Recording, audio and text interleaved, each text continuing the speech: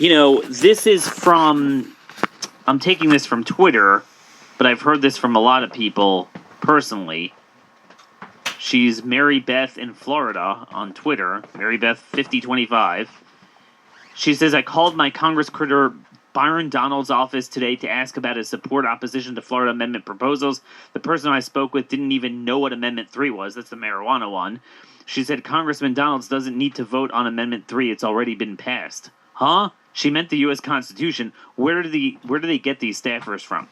And basically what they're finding is they're calling these offices, and most Florida congressmen and both senators have not even taken a position. Could you imagine? You have a state with a million Republican voter registration edge.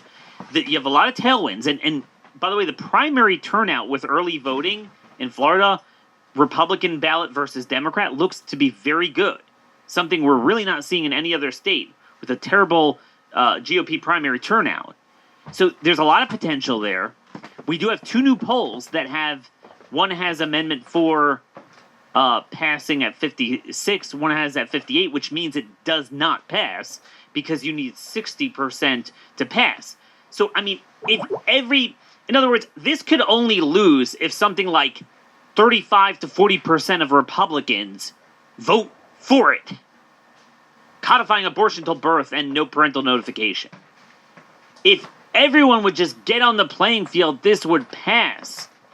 I mean, our side would pass, meaning that Amendment 4 would go down, vote no on Amendment 4. And in every red state, Trump has the power to do that. And again, he's already moderated. Whatever juice you're going to squeeze out was squeezed out. Now he could turn around and say, look, I don't like the extremes on both sides, but say, look, we cannot have late-term abortions, and we cannot have no parental notification. That is very simple. This stuff polls so simply. No money, there's no effort, there's no focus. Ron DeSantis is single-handedly leading this fight. And hopefully that will be enough. But where's Trump? Where's Rubio? Where's Rick Scott? Where are these congressmen? Even the state officials. A lot of the legislators and party officials. I mean, the party chairman now has spoken out because he's gotten a lot of blowback from us. Awfully muted. And then Amendment 3, putting marijuana in the Constitution.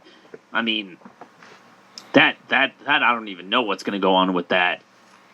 We'll talk about that too if we have time, but, no one for whatever reason wants to oppose that. The pseudo-libertarian crap, and they don't understand putting that in the Constitution that freely in the era we live in is not going to result in a libertarian outcome.